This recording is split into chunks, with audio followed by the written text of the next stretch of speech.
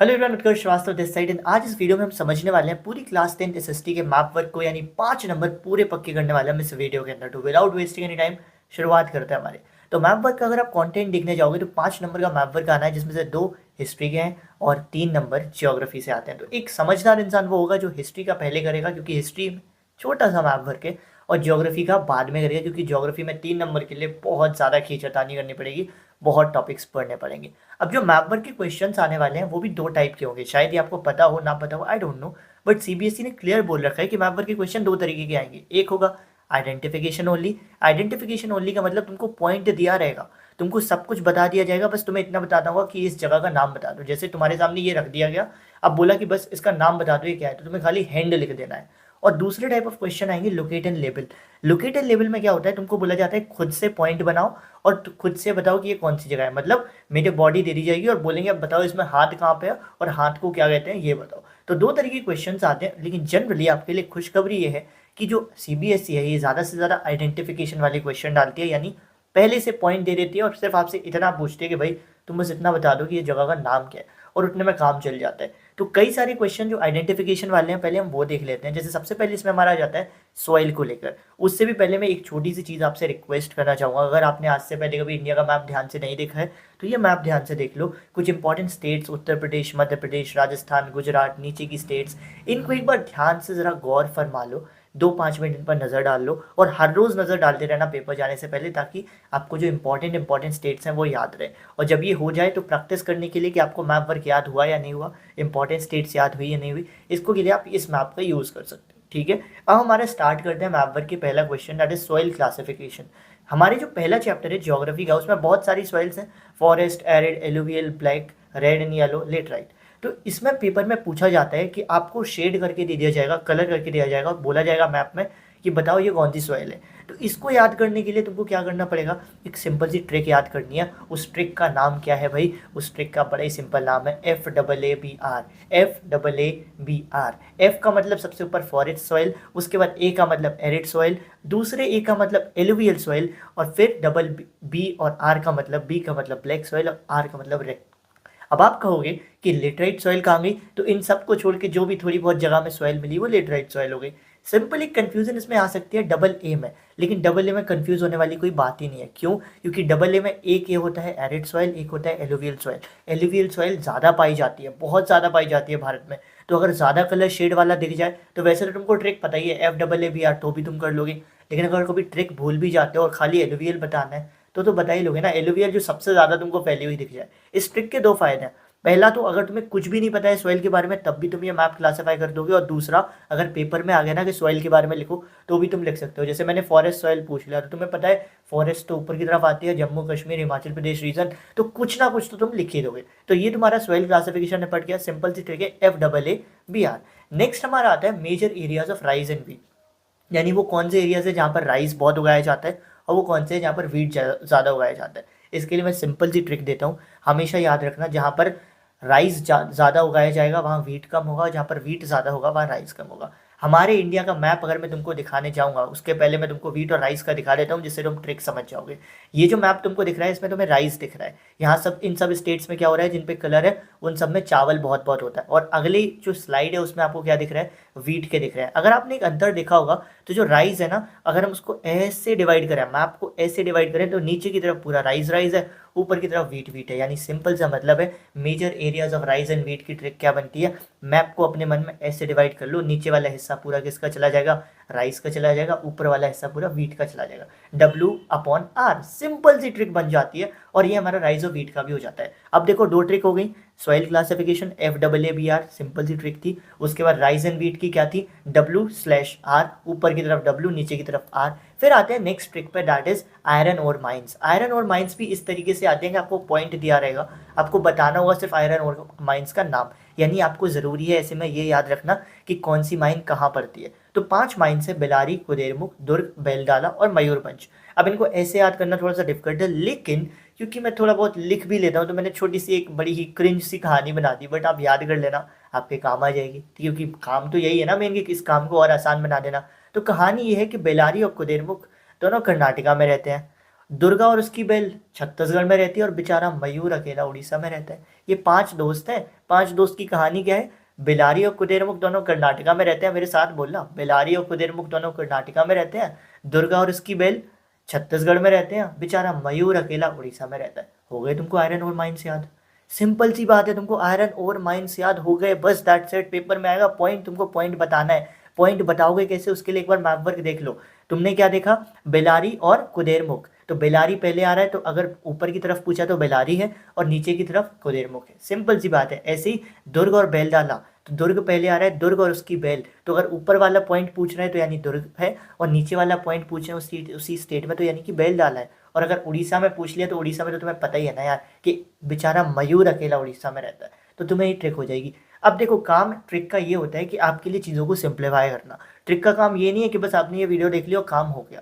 Trick का काम है कि आप इसके बाद भी थोड़ा सा प्रैक्टिस करो, रोज़ 1-2 बार प्रैक्टिस करो, तो ट्रिक आपके काम को और आसान बना देगा। कहीं अगर आपको 5 घंटे लग रहे थे तो अब सिर्फ 1 घंटा लगेगा, आपका काम आसान हो जाएगा। तो इन सबको आपको रिवाइज भी करना है, वरना पेपर में भूल गए, पेपर में कंफ्यूज हो गए, यार उड़ीसा तक तो याद है, कर्नाटक याद है, लेकिन यहाँ रहता कौन कौन था यही भूल गए। तो ऐसा काम नहीं करना, हमको रिवाइज रेगुलरली करना है, हर रोज़ मैप वर्क को रिवाइज करना है।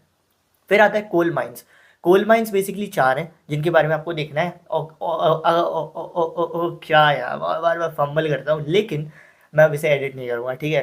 क्योंकि एडिट करने में क्या होता है, बहुत टाइम चला जाता है और अभी इतना टाइम है नहीं पेपर की वजह से, ठीक है? तो फंबल करना इज ओके, सब लोग करते हैं। तो कोल माइंस बेसिकली आइडेंटिफिकेशन के लिए आएंगी। आइडेंटिफिकेशन यानी कि क्या होगा, आपको एक पॉइंट दिया जाएगा, उस पॉइंट के हिसाब से आपको बताना होगा कि ये कौन सी कोल माइन है। 4 कोल माइंस है, रानी, रानीगंज, तालचेर, बोकारो एंड नेवेली। अब इनके लिए क्या ट्रिक बनती है? इनके लिए सिंपल ट्रिक है, ट्राइंगल ट्रिक। ट्राइंगल ट्रिक क्या होती है भाई?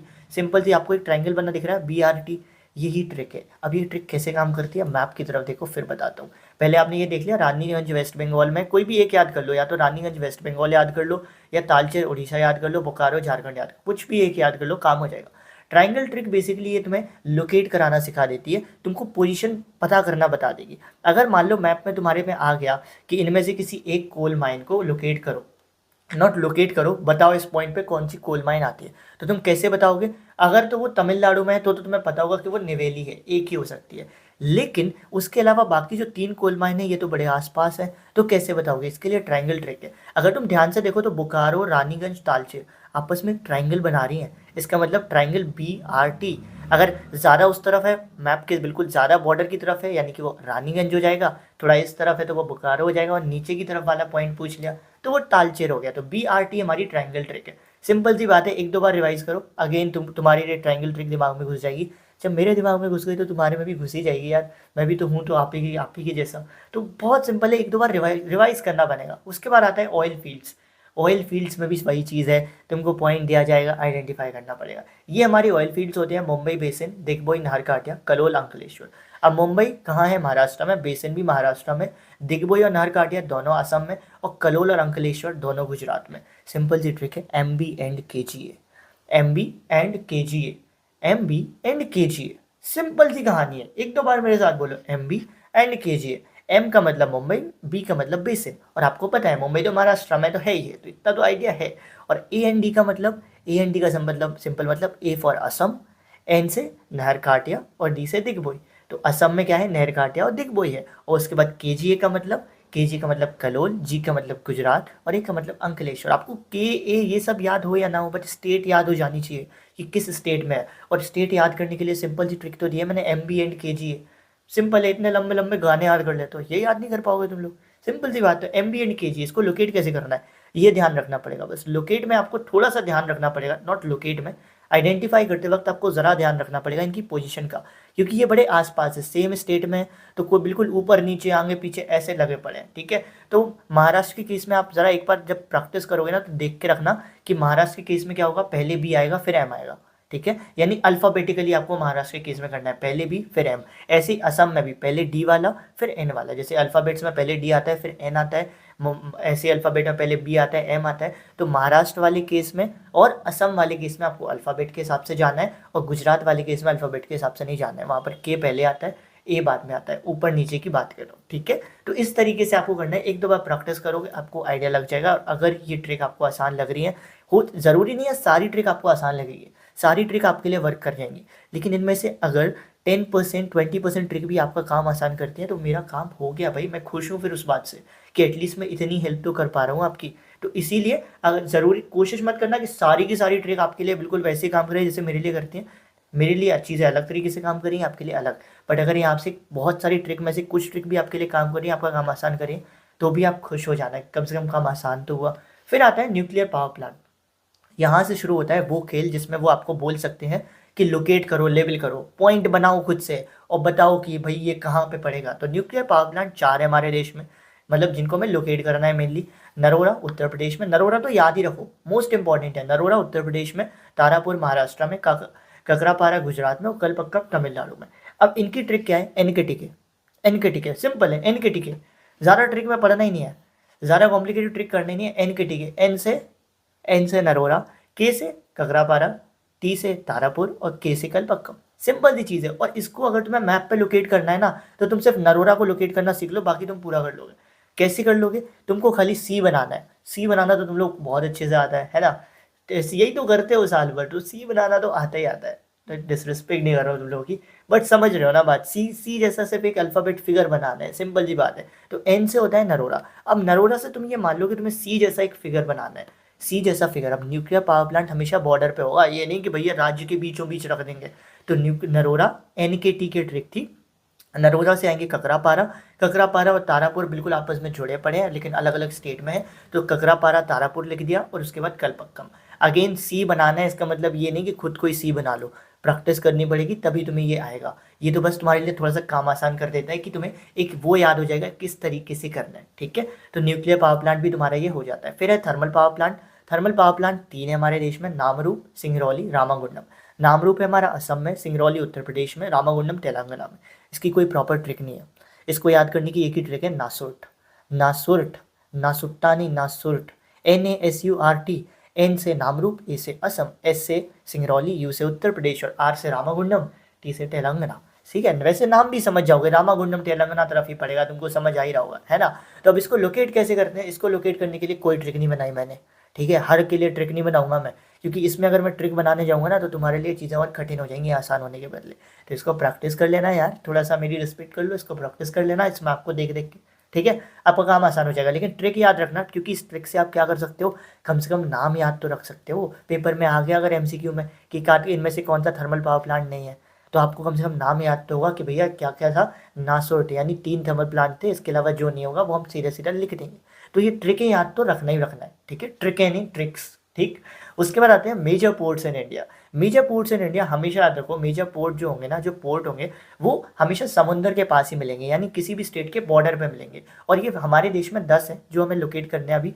कांडला, मुंबई, मरमगांव, मंगलोर, कोची, टूटीकोरिन, चेन्नई, विशाखापट्टनम, पारादीप, हल्दिया। क्या बढ़िया लगता है पढ़ते हुए, मन कर रहा है फिर पढ़ दूँ एक बार, ठीक है।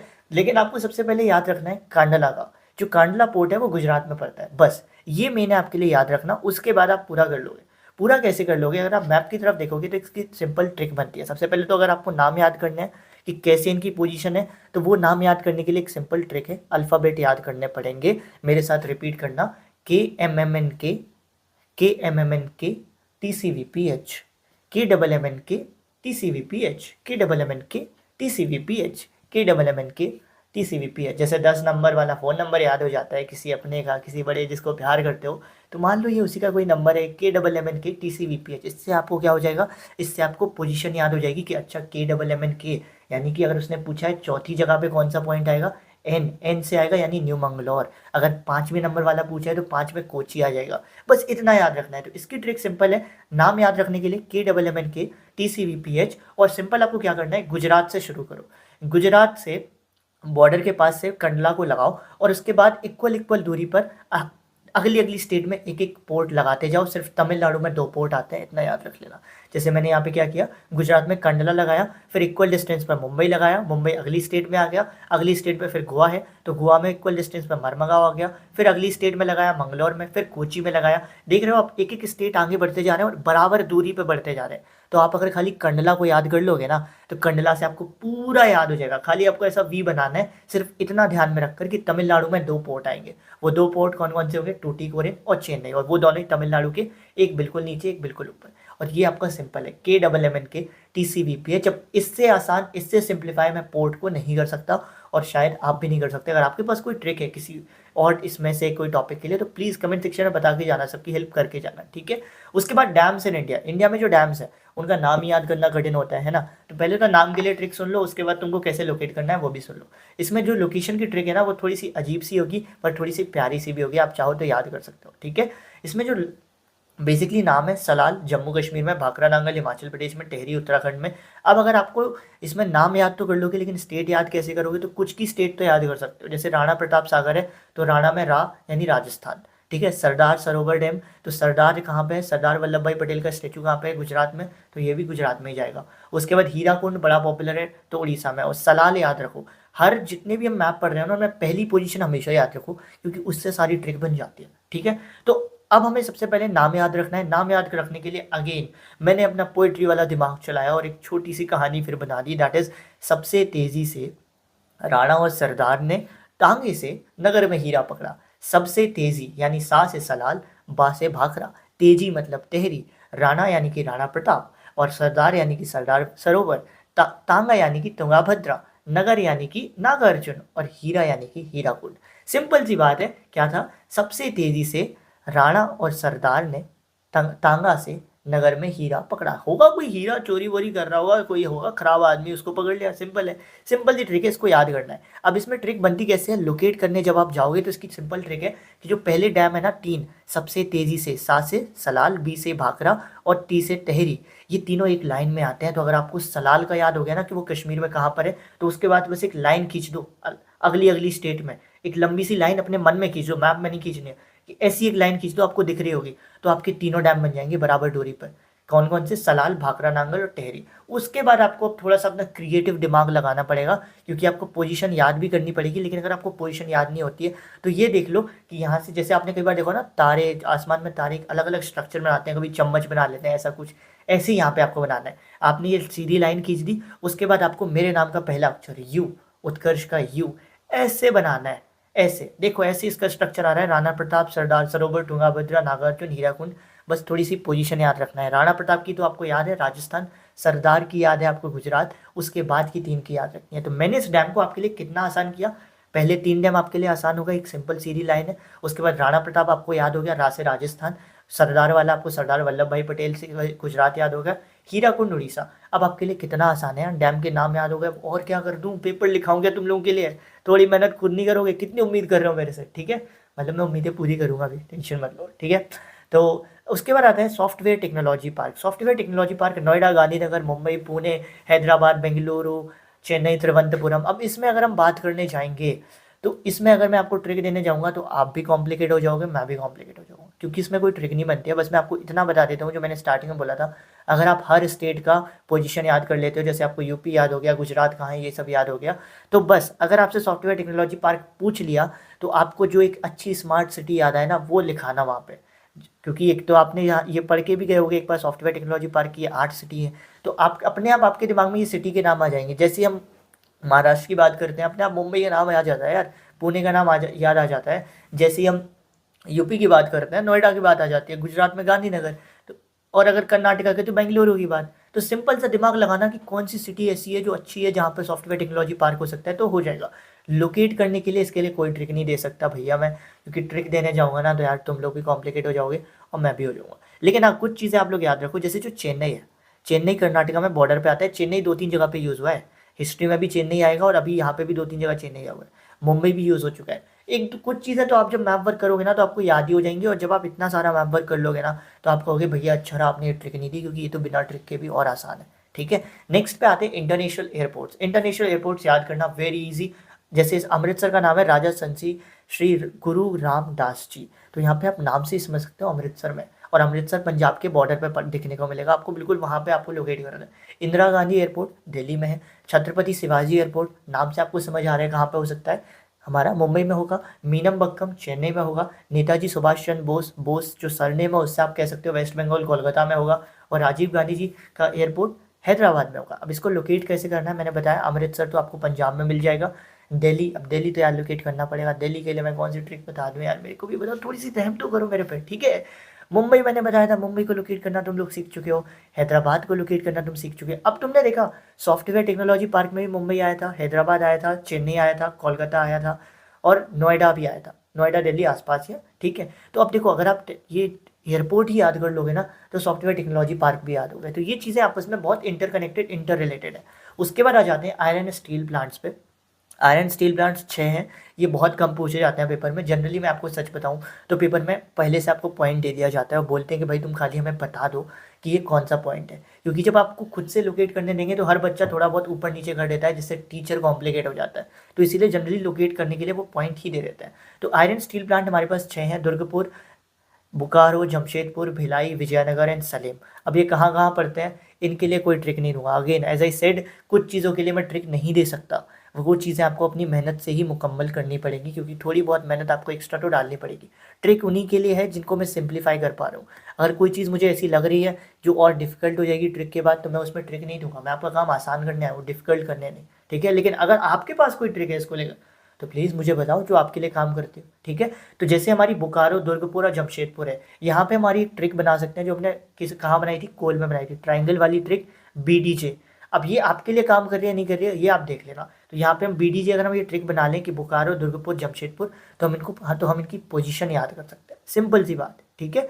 उसके बाद मूव करते हैं हमारे नेक्स्ट पे, that is cotton textile industries. इसमें भी देखो कॉटन टेक्सटाइल इंडस्ट्रीज मुंबई, अगर मुंबई कॉटन टेक्सटाइल इंडस्ट्री पूछता है तो आप बता सकते हो। मुंबई की पोजीशन तो याद ही हो गई होगी, अभी तक इतनी बार आ चुका है। सूरत गुजरात में पड़ता है, इंदौर हमारा, इंदौर MP में पड़ता है, कानपुर यूपी में पड़ता है, कोयम्बतूर। अब ये जो चीज़ें हैं ना, ये सब आपको पता है कौन कहाँ पड़ता है, बट इनकी पोजीशन याद करना ज़रूरी है। क्योंकि सबको पता है कि इंदौर मध्य प्रदेश में, कानपुर उत्तर प्रदेश में, लेकिन कहाँ, ये ज़्यादा इंपॉर्टेंट है। तो इसीलिए हमको क्या करना पड़ेगा, इनकी पोजीशन को थोड़ा थोड़ा याद करना पड़ेगा। मुंबई, चेन्नई, कोयम्बतूर, इन सब की पोजीशन को याद करना पड़ेगा। कुछ की तो अपने आप हो जाएगी जितने बार आप मैप देखोगे। एक्चुअल में जिन जिन मैप की कोई ट्रिक नहीं है ना, उनके लिए मेरी आपको एक सलाह है, उन मैप का क्या करो, उन मैप के प्रिंट आउट निकलवा लो, उनको अपने आसपास लगा लो और रोज़ देखो, रोज़ देखो उसको, मतलब ऐसे अपना भगवान की तरह देखो रोज़ उन मैप्स को, ठीक है।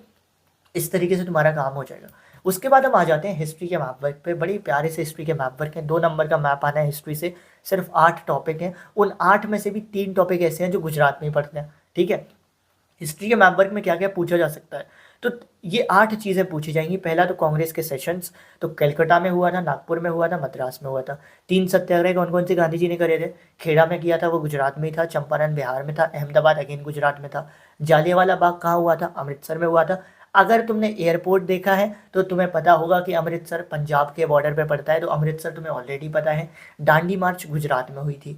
तो अब तुम इसमें ध्यान से देखो, अगर तुमने एयरपोर्ट पे ध्यान दिया था तो तुम्हें कलकत्ता पता होना चाहिए, मद्रास, मद्रास यानी जिसको आजकल चेन्नई बोलते हैं, तुम्हें चेन्नई पता होना चाहिए, तुमको चंपारण बिहार पता होना, मतलब सब पता होना चाहिए। बहुत आसान है, ठीक है। मैं ओवर एक्साइटेड हो गया ये देख कर कि यार, तो अगर तुमने ध्यान से पढ़ लिया तो ये तो तुम्हारा कर ही लोगे तुम, ठीक। तो अभी अगर इसमें देखने जाओगे तुम, कलकत्ता, तुमने कलकत्ता एयरपोर्ट देखा था, वहीं सेम जगह पे तुम्हें कलकत्ता लगा देना है सेशन। उसके बाद तुम्हें ऐसा नहीं कि ये इसी गली में हुआ था सेशन, वो नहीं, सिर्फ खाली कलकत्ता लगा के आ जाओ, ठीक है।